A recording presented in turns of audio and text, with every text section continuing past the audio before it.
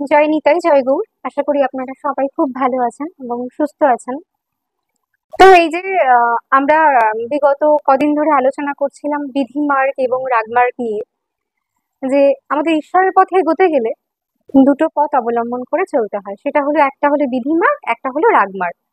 তো বিধিমার্গের মধ্যে যেগুলো পড়ে সেটা হলো এই বিভিন্ন ব্রতাদি বলুন, নাম জপাদি, তিলক সেবা, বিভিন্ন যাগযজ্ঞাদি, পূজা অর্চন এবং তীর্থ ভ্রমণ, অনেক কিছু যেগুলো যেগুলো নিয়ম কানুন আমাদের সমাজে রয়েছে, এ সব কটাই কিন্তু বিধিমার্গ। তাহলে এই যে আমরা বিধিমার্গটা করছি বা আমাদের সমাজে বিধিমার্গের প্রচলনটা রয়েছে, এবং আমাদের শ্রী শ্রী রামকৃষ্ণ পরমহংসদেবও বলেছেন যে বিধিমার্গ অনেক, যদি বিধিমার্গ কেউ করে তাহলে কিন্তু সে একদিন গিয়ে রাগমার্গে গিয়ে পৌঁছয়। তাহলে এই বিধিমার্গ করতে করতে বা বিধিমার্গ করলে অসুবিধে কোথায়? আমরা তো সবাই জন্ম হয়েই রাগমার্গের সন্ধান পাবো না। তো আমাদের সমাজে বেশিরভাগটাই আমরা সবাই, মানে আমরা ছোট থেকেই দেখছি আমাদের মা ঠাকুমারা সব একটা বিধি নিয়মের মধ্যেই আটকানো, তাই না? তাহলে এই যে বিধি করছে, যদি রাগের দেশে পৌঁছেই যাই বিধি করতে করতে, তাহলে বিধি করতে করতে একদিন গিয়ে পৌঁছবো।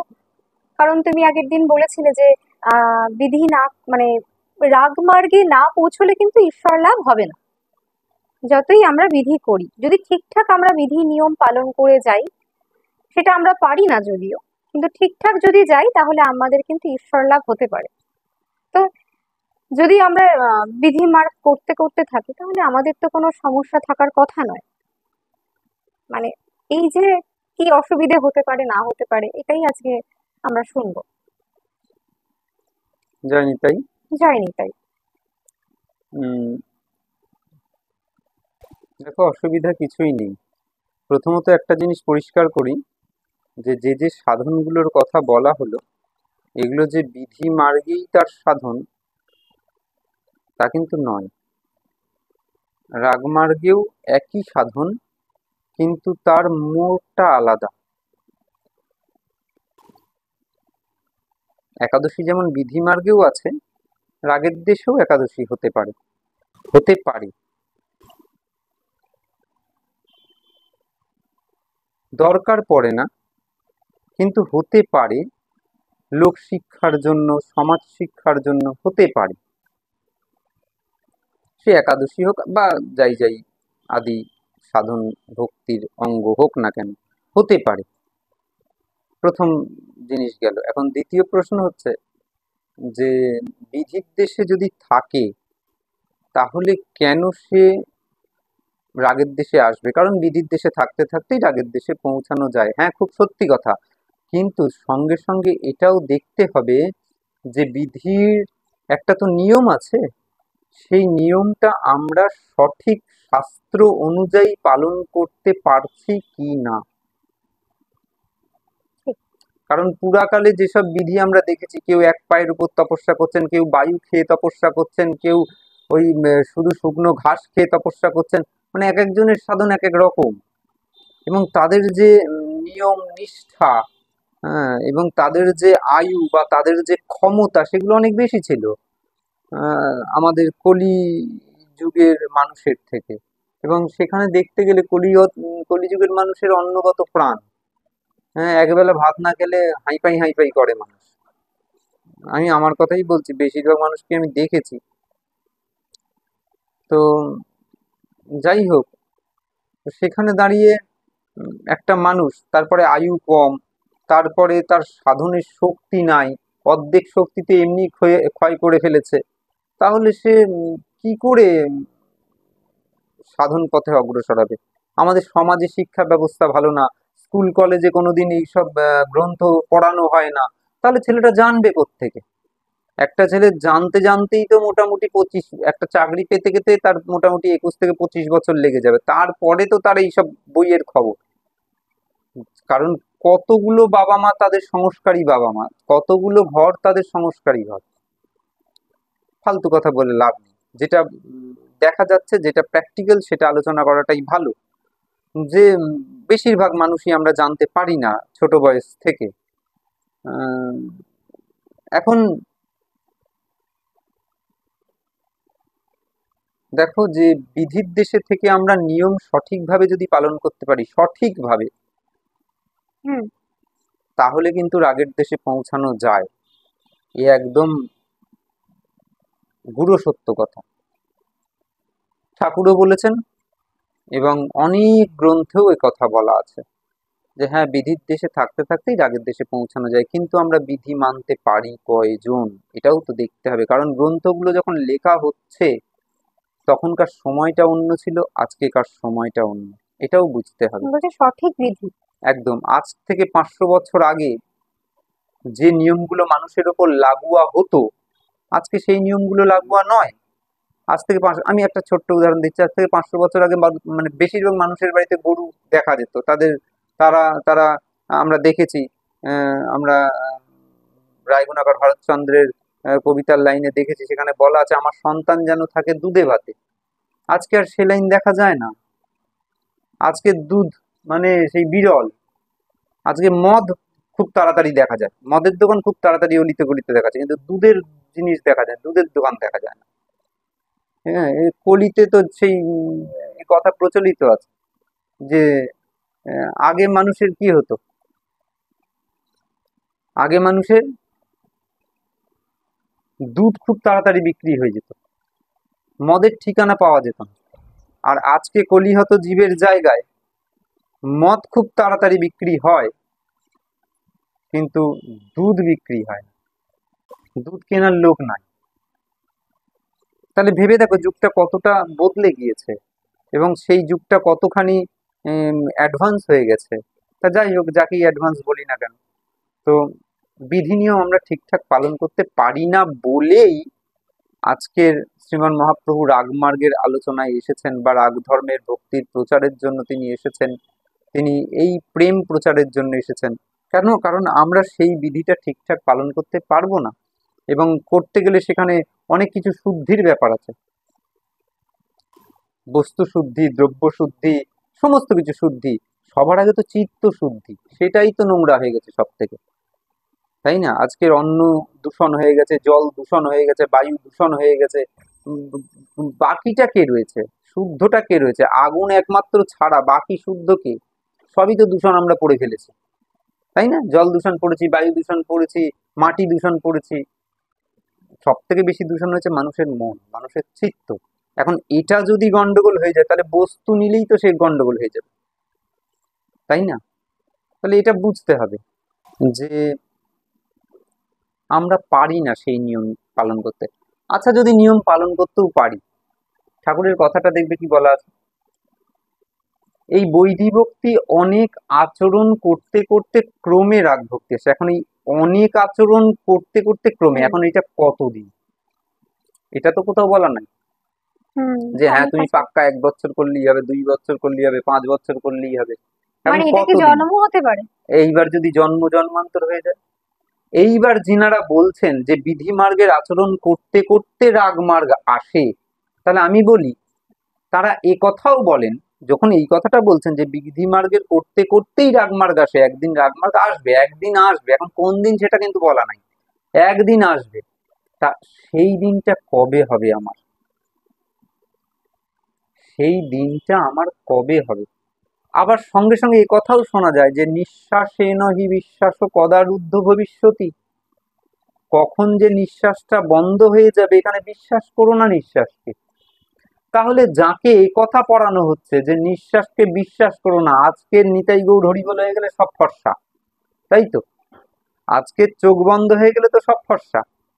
তাহলে আমার আর কবে রাগমার্গে প্রবেশ অধিকার আসবে? এটাও একটা বলা বাহুল্য যে এবার যদি বলো না পরজন্মে হবে, তাও কি সম্ভব? কারণ পরজন্মে যে মানুষ হয়ে আসবো, এর গ্যারেন্টিটা কে দিচ্ছে? আমি যা কর্ম করেছি তা খুব একটা তো রেকর্ড ভালো না। আমি আমি আমার কথা বলছি, পেছন দিকে তাকালে তো বুঝতে পারি খুব একটা রেকর্ড গুলো তো ভালো না। এখন সেইগুলো তাকিয়ে তো ভরসা করতে পারি না যে পরের জন্মে মানুষ হয়ে আসবে। তা তাই যদি হয়, তাহলে আবার কত জন্ম পরে, এই জন্মটা যদি বিধি করতে করতে কেটে যায়, কত জন্ম পরে রাগের প্রবেশ করব? এবং তুমি যেখানেই কথাটা শুনবে না কেন দেখবে বলা আছে যে বিধিমার্গে থাকতে থাকতে যে তুমি ঈশ্বর পাবে তা কিন্তু নাই। হুম, বিধিমার্গে তুমি ভজন করে বৈকুণ্ঠেতে যেতে পারো, ঈশ্বর প্রাপ্তি। এখন ঈশ্বর প্রাপ্তি বলতে আমাদের যে গোলক প্রাপ্তি বলো, প্রেম প্রাপ্তি বলো, ভগবত প্রাপ্তি বলো, আমাদের কৃষ্ণ প্রাপ্তি বলো, রাধা মাধব প্রাপ্তি যাই বলো, এটা ঐশ্বর্যের মার্গ না, এটা মাধুর্যের মার্গ। বৈকুণ্ঠ ঐশ্বর্যের মার্গ। এখন যারা এই মাধুর্য পথে পা বাড়িয়েছি বা পা বাড়ানোর চেষ্টা করছি, তারা যদি আজকে জায়গাটা নিয়ে একটু বিচার করি তাহলেই দেখবো যে তাহলে আমার জীবন যদি এক জীবনে যদি এটা শেষ হয়ে যায়, পরজন্মটা হবে এ তো বিশ্বাস নেই, কারণ নিজের চোখে দেখিনি। তা যেটা দেখেছি সেটাতে বিশ্বাস না করে যেটা দেখিনি তার উপর ভরসা করাটা কি নিছক একটা বোকামির পরিচয় হয়ে যাবে না? তাই না? হুম, হুম, তাহলে তার থেকে ভালো কি না যে রাগমার্গের পথটা কি সেটা জানা, তার জন্য কি কি চেষ্টা করা সেটা চেষ্টা করা, তার জন্য কি কি করতে হয় সেটাতে এগিয়ে যাওয়া। একদম। কারণ বিধিমার্গে থাকতে তো আমি ঈশ্বর হুম, পাচ্ছি না, আমাকে তো বলা আছে তুমি বিধিমার্গ করতে করতে একদিন রাগের দেশে উঠবে, সেই দিন তোমার লাভ। তাও আবার রাগের দেশে কতদিন থাকতে হবে তার ঠিক নেই, এখন সেই দিন তোমার লাভ। এখন কথা হচ্ছে যে বিধিমার্গ করতে করতে রাগের দেশে উঠতে হবে, তা রাগের দেশে যখন উঠতেই হবে সেটা আগের থেকে নয় কেন? এটা বোধহয় আমাদের পূর্বপুরুষরা বুঝতে পেরেছিলেন, আমাদের শ্রীমান মহাপ্রভু বুঝতে পেরেছিলেন। তাদের তো দূরদর্শিতার ক্ষমতা ছিল, তারা বুঝতে পেরেছিলেন, তাই বোধহয় ঘর ছেড়ে বেরিয়ে গিয়েছিলেন, আর থাকেননি ঘরে, তাই না? তারপরে এক একটা প্রেশার তো ছিলই, ঘর ছাড়ার কারণ তো অনেক। যাক, সেটা অন্য প্রসঙ্গ। এখন উম, আহ, যে যে বিধির মার্গের আমরা ভাবছি যে হ্যাঁ, বিধি মার্গের আচরণ করতে করতে আমরা রাগের দেশে প্রবেশ করব, গোবিন্দ পেয়ে যাব। তাই আমি বলি যে এক তো জন্ম জন্মান্তরের সাধন, এটার ওপর কোনো বিশ্বাস নাই। দ্বিতীয়, নিঃশ্বাসের বিশ্বাস নাই। তৃতীয়, আমরা বিধি নিয়ম ঠিকঠাক পালন করতে পারছি না। তাহলে খুব তাড়াতাড়ি সচেতন ভাবে যদি আমরা রাগের দেশে প্রবেশ করি, অসুবিধা কিছুই নেই। তাহলে আমরা সবাই কি চাই?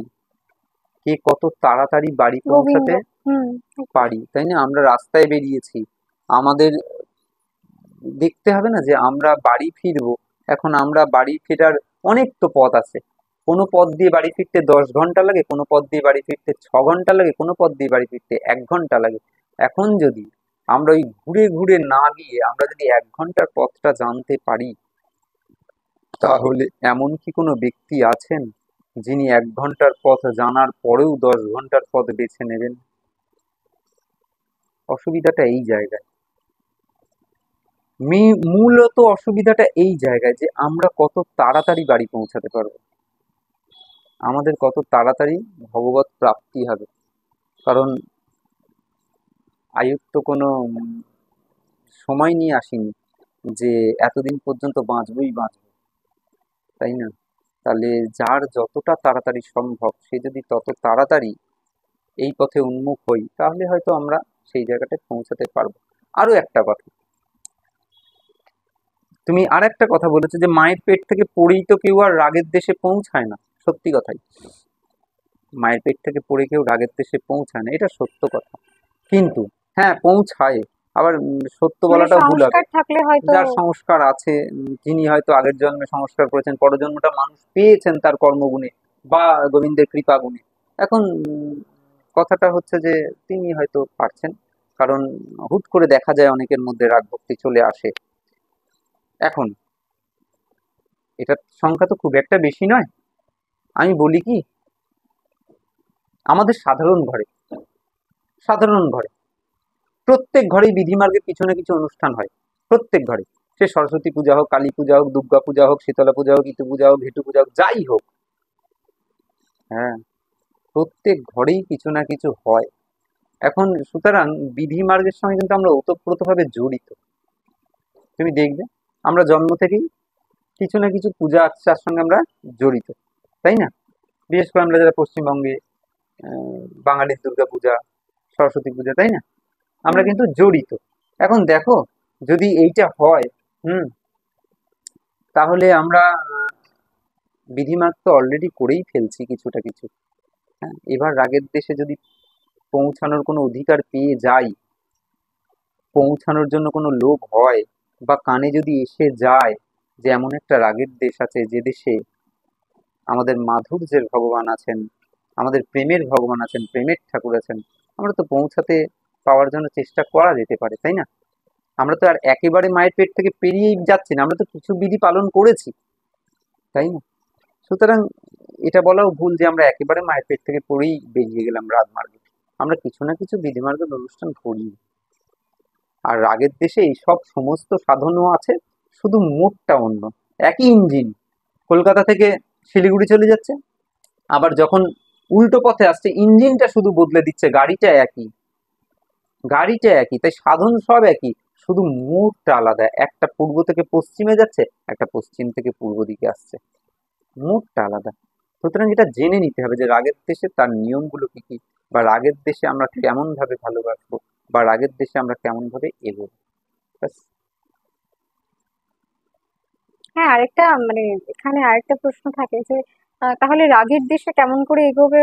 ঠিক আছে, কিন্তু এই যে বিধির দেশে যে নিয়মগুলো রয়েছে, তাহলে কি রাগের দেশে যারা রয়েছে, একটু ছোট করে, তারা যারা রাগের দেশে রয়েছে, যারা রাগের দেশে পৌঁছে গেছে বা সন্ধান পেয়েছে, সন্ধান পেয়ে তার পথে এগোচ্ছে, চেষ্টা করছে, অনুসরণ করছে, তো তারা কি বিধির নিয়মগুলো, একাদশী, বিশেষ করে একাদশী যেটা আমাদের মানে খুবই প্রচলিত, কিছু ব্রত না করলেও ওই একাদশী বা বিভিন্ন রকম আমাদের যে এই যে শিব চতুর্দশী বলুন, নৃসিংহ আমাদের চতুর্দশী। চতুর্দশী হোক, এই যে জায়গাগুলো আমাদের নিত্যানন্দ ত্রয়োদশী, এটা তো আমাদের নিজেদের মানে আমাদের করা প্রয়োজনীয়। তো এটা কিছু মানুষের প্রশ্ন থেকে যায় যে, যেন আমার মনে হচ্ছে যেটা যেটা অনেকের প্রশ্ন থাকতে পারে, তাহলে এই যে বিধিমার্গ বা রাগমার্গ রাগমার্গ বলছেন আপনারা, তো সেটা কি, তাহলে আপনারা কি এটা করেন না? মানে এই যে ব্রতটা কি আপনারা করেন না, বা আমি তো উত্তর একাদশী? দিয়ে গিয়েছি, আমি বারবার বলছি যেসব একটু পরিষ্কার। সাধন বিধিমার্গে আছে, হুম। সেসব সাধন রাগমার্গে আছে, একই জিনিস। শুধু ওখানে নিয়মের প্রাধান্য, আমার এখানে এখানে প্রেমের প্রেমের প্রাধান্য, প্রাধান্য। এখানে নিয়ম অত কিছু নাই, এখানে ওখানে ভালোবেসে করা। নিয়মের প্রাধান্য, এখানে প্রেমের। প্রেমে কোনো নিয়ম নীতি খাটে না, প্রেমে আর যুদ্ধে কোনো নিয়ম নীতি খাটে না। মহাপ্রভু বারণ করছেন তার ভক্তকে, আমার অ্যাকিউরেট মনে পড়ছে না কাকে, তো তাকে বারণ করছেন যে তুমি, আমি মনে পড়েছে কেন, আমাদের নিত্যানন্দ কি বলেছেন, হুম হুম অনেকবার হুম। বলেছেন যে নিতাই তুমি ইয়েতে এসো না, মানে উড়িষ্যায় এসো না, তুমি যদি উড়িষ্যায় চলে আসো তাহলে বাংলাকে কে দেখবে। তাহলে মহাপ্রভুর আদেশ, হুম এখন হুম। নিয়ম এটা। কিন্তু নিত্যানন্দের মহাপ্রভুতে প্রেম গাঢ়, এই প্রেমের ঠেলায় যদি নিতাইকে টেনে নিয়ে চলে আসে উড়িষ্যায়, মহাপ্রভু তখন হাসেন। নিয়ম ভেঙেছে, হুম হুম। নিয়মটা ভেঙেছে। তোমার কথা শুনিনি, কারণ কি, তোমার জন্য হ্যাঁ, থাকতে তার জন্য। পারছি না। এখন একদম এই প্রেমে আর যুদ্ধে কোনো নিয়ম কাজ করে না। ঠিক। তাই মহাপ্রভুর জন্য বলো আর গোবিন্দের জন্য বলো, গোবিন্দ তো বলছেন মত নিমিত্তং কৃতং পাপং পুণ্যায় কল্পতে, আমার জন্য যদি কেউ পাপ করে সেটাকে পাপ বলে গণ্য হবে না, পুণ্য বলে গণ্য হবে। ব্রজগোপীরা ঘর ছেড়ে, নিজের পতির ঘর ছেড়ে চলে এসেছিল, তাই তো?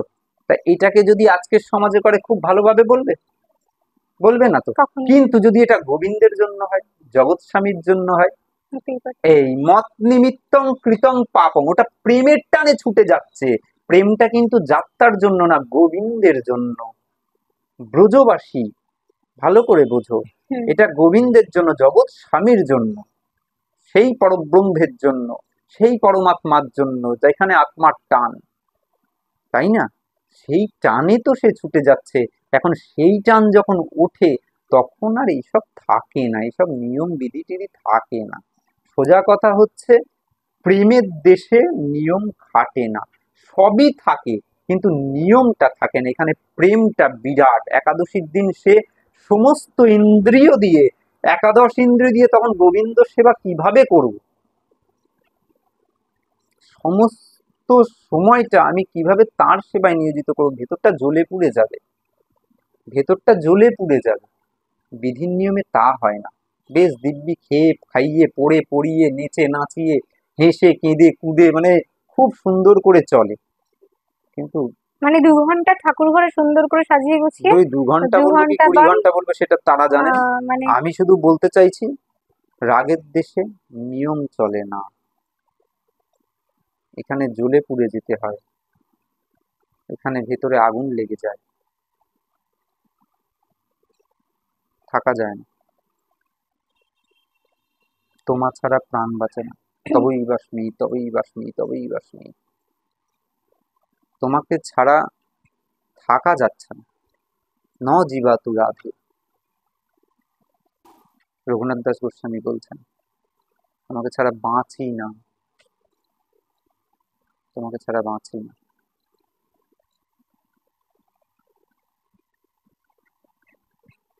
তাই তো, যদি টান হয় তার প্রতি তাহলে এরপরে তো আর আর কোনো টান হয় না।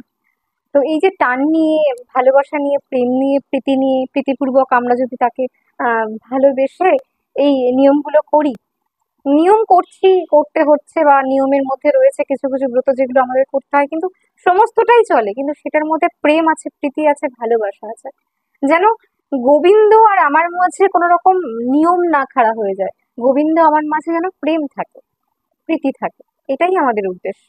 প্রেম প্রীতি নিয়ে তাকে ভজন করা, তাকে ভালোবাসা। তো আমরা আশা করি আজকে বুঝতে পেরেছি যেটা আমাদের আলোচ্য বিষয় ছিল।